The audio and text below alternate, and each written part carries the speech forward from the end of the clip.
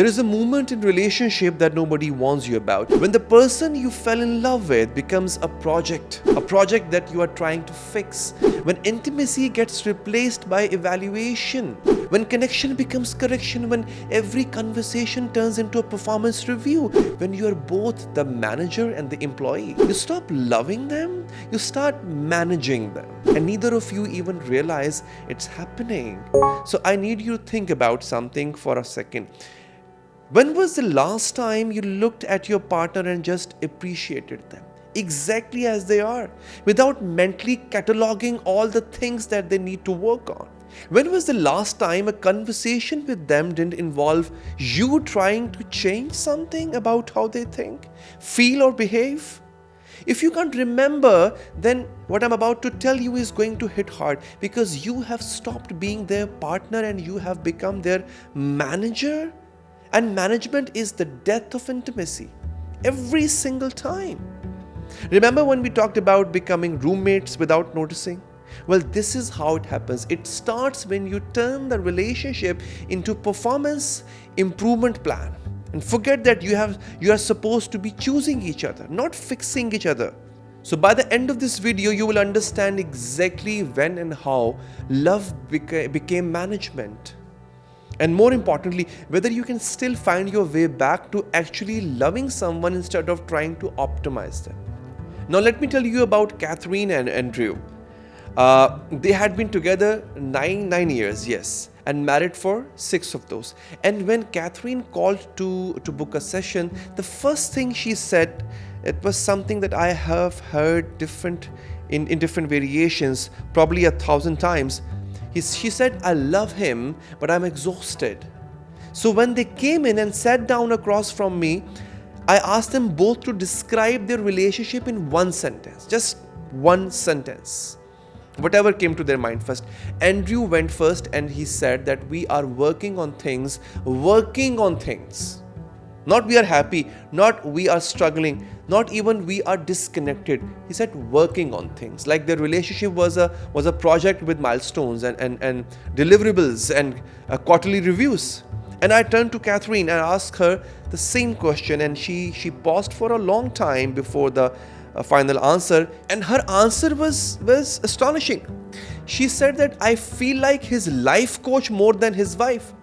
And Andrew looked genuinely confused, like this was the first time he had ever heard her say anything like this. And he said, what are you talking about? I thought we were on the same team, trying to improve together.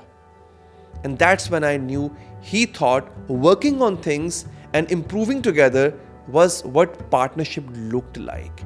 And she was drowning under the weight of constantly trying to manage, monitor, evaluate, and fix him. And neither of them realized that somewhere along the way, love had turned into a full-time job of human resource management. So I asked them both, when did you stop just being with each other and start trying to optimize each other?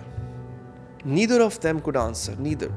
Because it didn't happen all at once in some dramatic turning point. It happened slowly, quietly over the years of small moments where appreciation got replaced by assessment, where presence got replaced by problem solving, where love got replaced by the exhausting work of trying to turn another human being into the version of themselves you decided that they should become. So here's what I noticed in many years of doing this work. Most couples, they don't set out to become each other's managers. They genuinely believe that they are helping. They genuinely believe that pointing out flaws and suggesting improvements and offering unsolicited advice is an act of love. A way of saying that I care about you so much that I want you to be the best version of yourself. But here's what actually happens when you start managing your partner. You stop seeing them as a person and start seeing them as a problem to be solved, a project to be completed, a work in progress that needs your constant intervention and supervision. And they feel it. God, they really do feel it.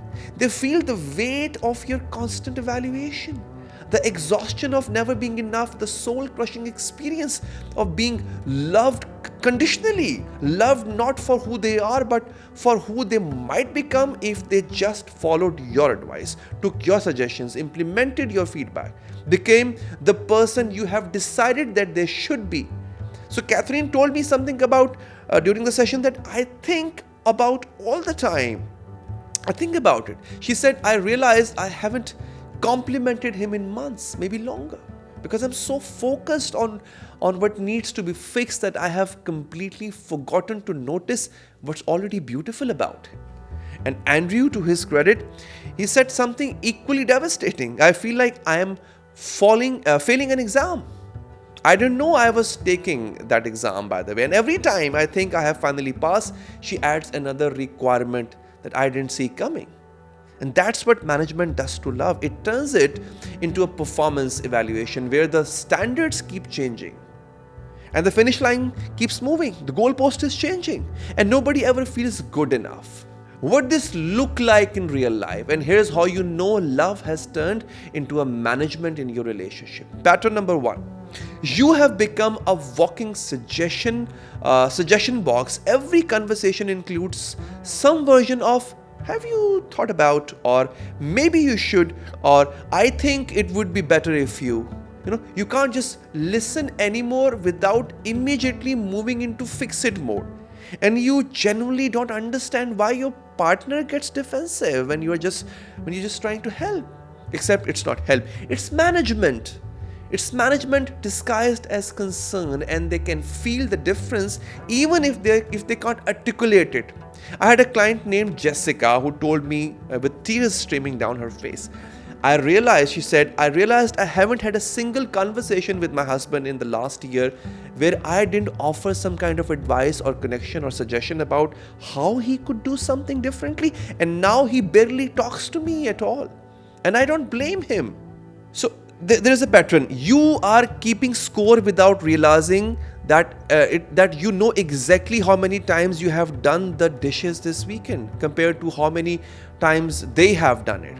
You have got a mental tally of every time you initiated plans versus how many times they did. You are tracking their efforts like it's a performance metric that needs to be reported to upper management.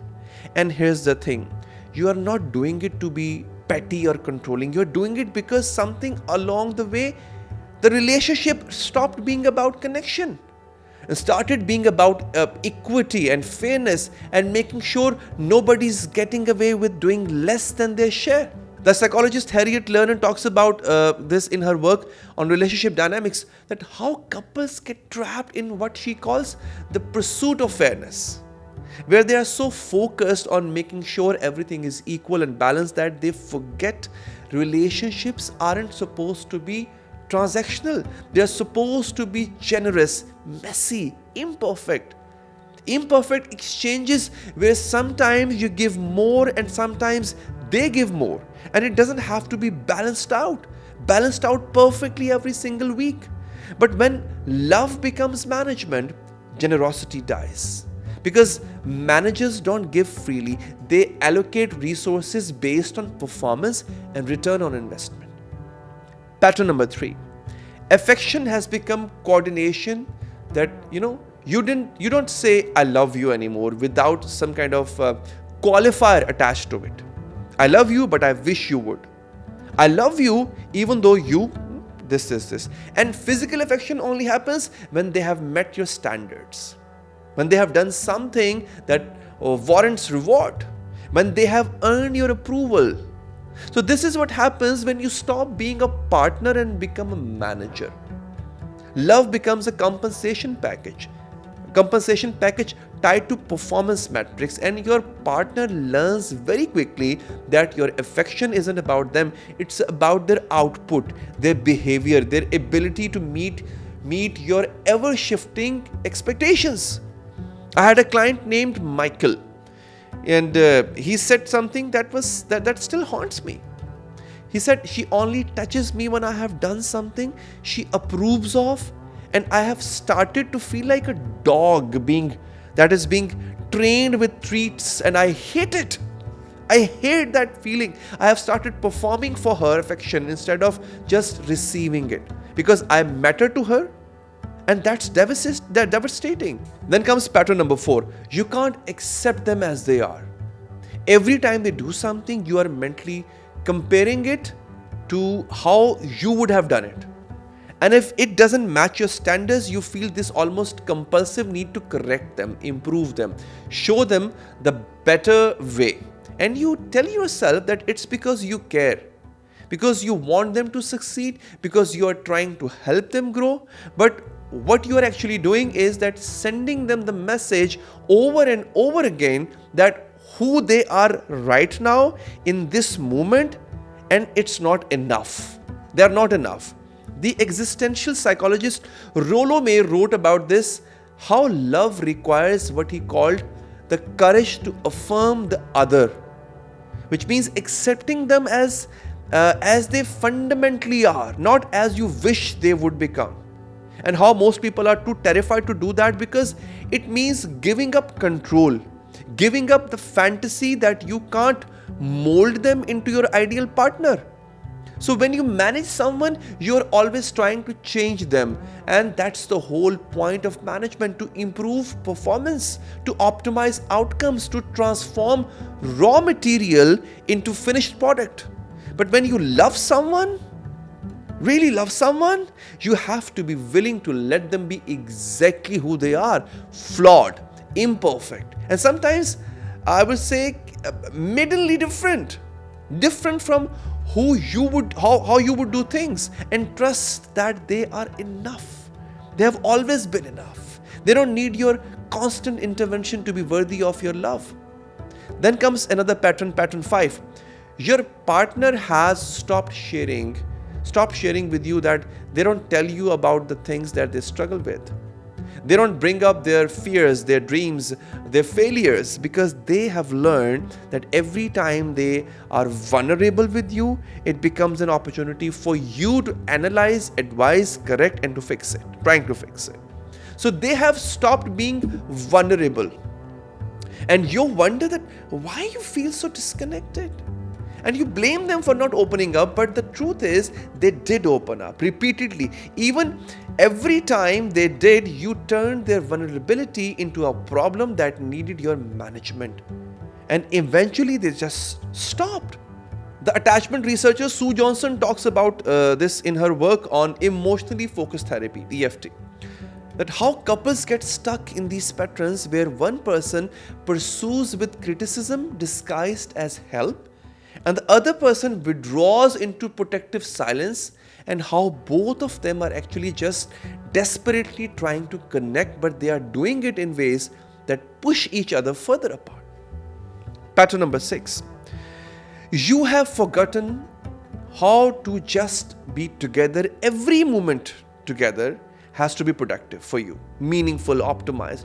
You can't just sit in a comfortable silence. You can't just exist alongside each other without it feeling like wasted time. Because if you are together, you should be working on something, improving something, discussing something that needs to be addressed. There was a very famous philosopher, Martin Heidegger, wrote about this, about how modern life has turned us all into what he called standing reserve, where everything and everyone exists to be used, optimized, made more efficient, and how we have lost the ability to simply let things be, to appreciate existence without trying to transform it into something more useful or productive. So when you manage your partner, there is no room for just being. There is only room for becoming, for improvement, for the constant striving toward some imagined future version of relationship or them. That's always just, it's always just out of reach. Why this happens psychologically? Why does this exactly happen? And why do people genuinely love each other and they end up treating each other like employees in a corporation that they're both trying to run? So it comes down to 3 interconnected psychological mechanisms. Most people don't even realize this, by the way. Mechanism number 1, the anxiety of uncertainty. Human beings are deeply uncomfortable with uncertainty. They are uncomfortable with the uncontrollable, with the unknowable aspects of other person's inner world.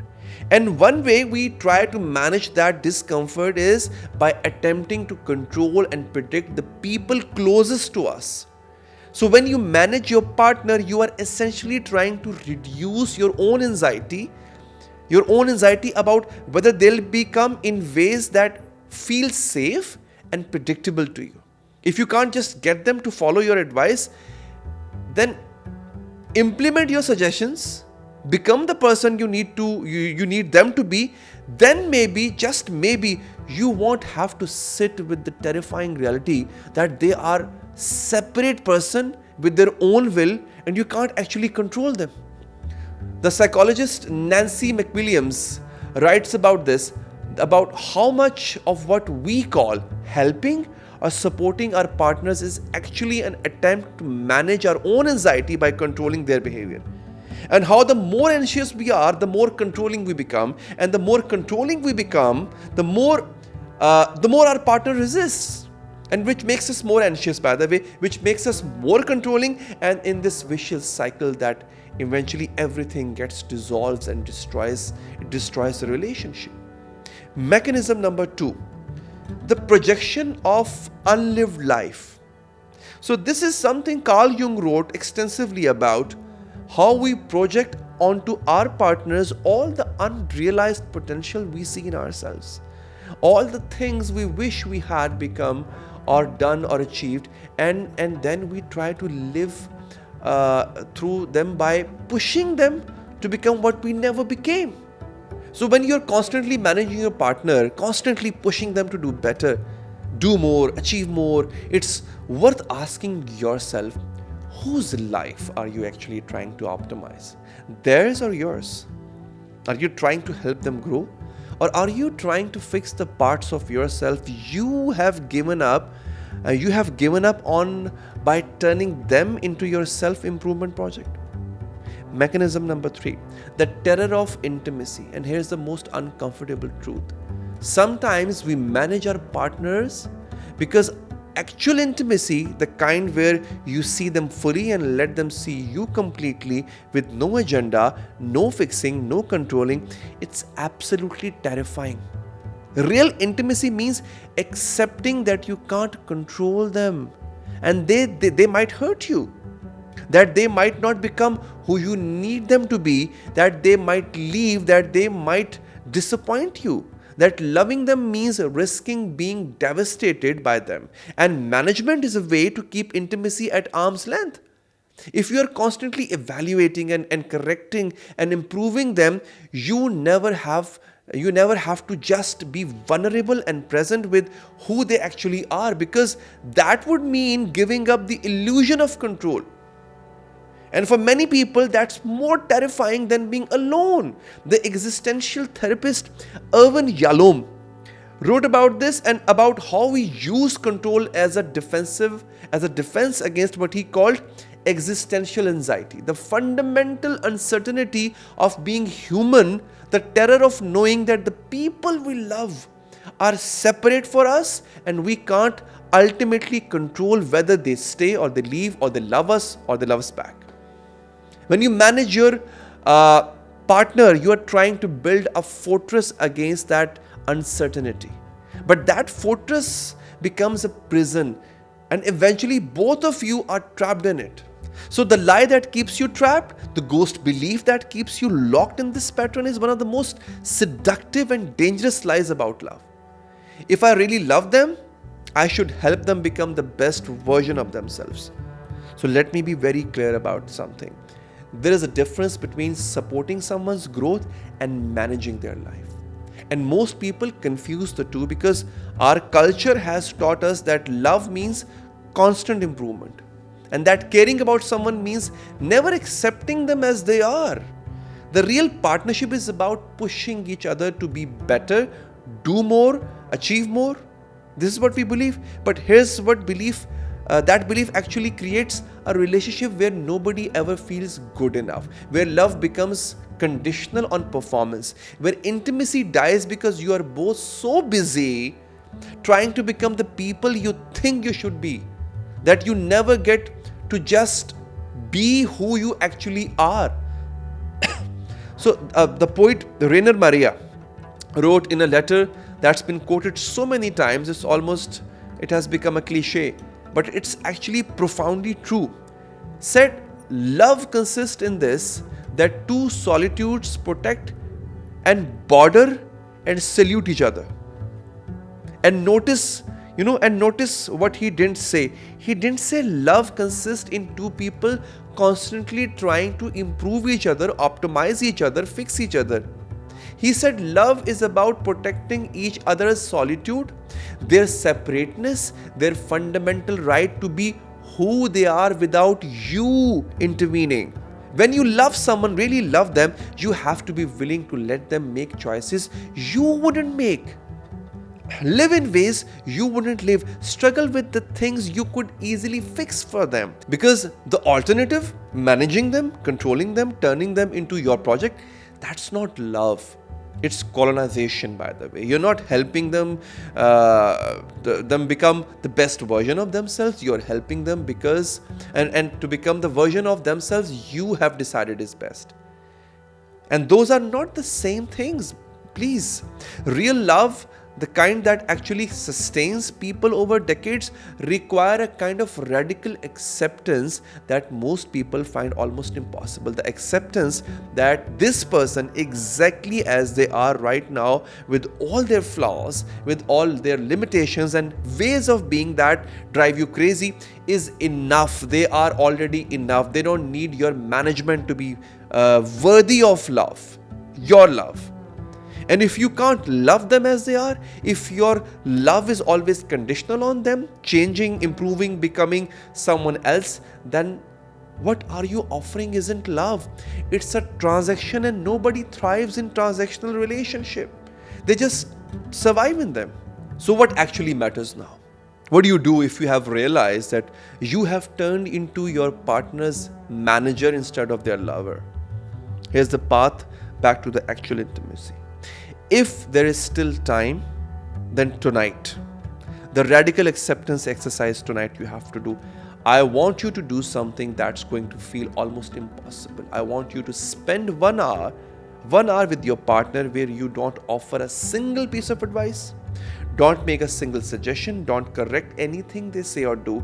Don't manage anything about them. Just be with them. Listen to them without mentally preparing yourself about how they could handle things differently. Look at them without cataloging what needs to be improved. Touch them without it being conditional on their performance. 1 hour. 1 hour of pure presence, no management, no evaluation, just radical acceptance of exactly who they are in this moment, and pay attention to what comes up for you. If it feels impossible to do this, for even 1 hour, if you feel this compulsive need to fix and advise and correct, that's information about how deeply the management pattern has taken root.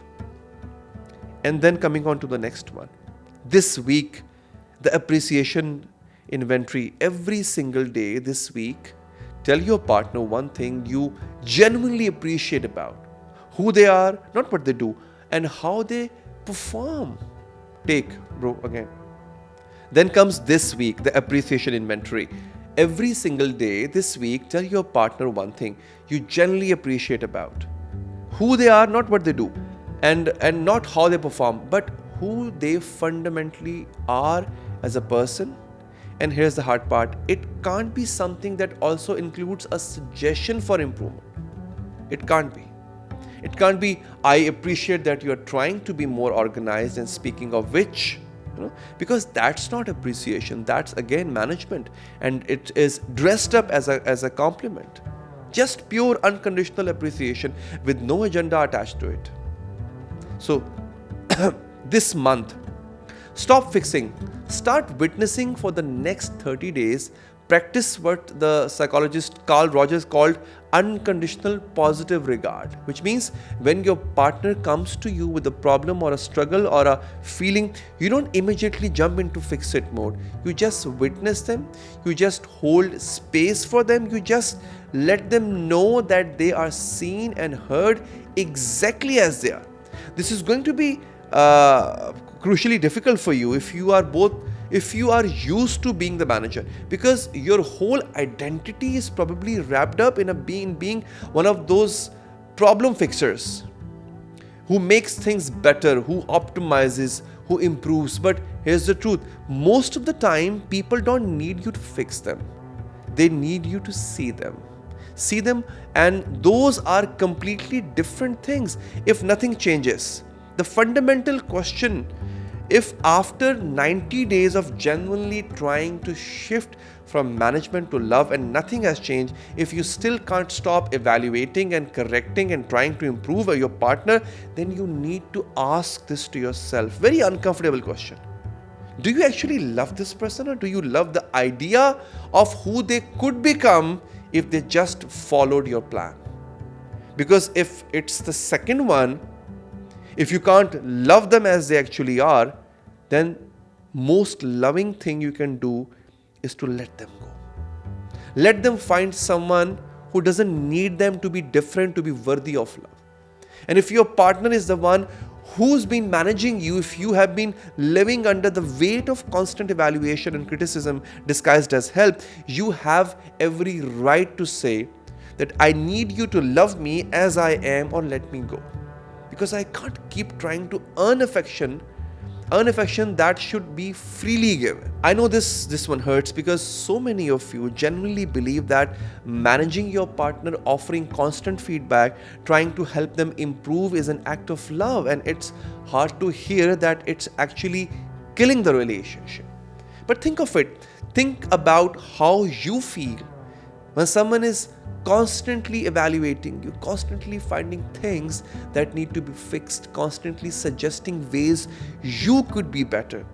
You don't feel loved, you feel managed. And nobody thrives under management. No one flourishes when their worth is tied to their performance, and nobody feels safe being vulnerable with someone who's always looking for the next time or next thing to optimize. So if you want real intimacy, if you want a relationship that actually nourishes both of you instead of exhausting you, you have to be willing to give up the illusion of control.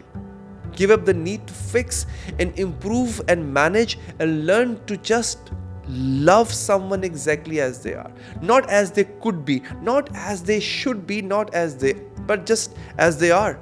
Right now, in all their imperfect, flawed, beautifully human messiness. So if you have realized that you have been managing instead of loving, just drop a comment that says managing. You don't have to explain, just let me know that you are here, because recognizing the pattern is the first step breaking the pattern. So if this video felt personal, it's because it touched a pattern, not a personality. Clarity doesn't tell you that what to do. It helps you stop lying to yourself. This is season 1, the collapse arc, episode 9 drops soon. I'll see you there.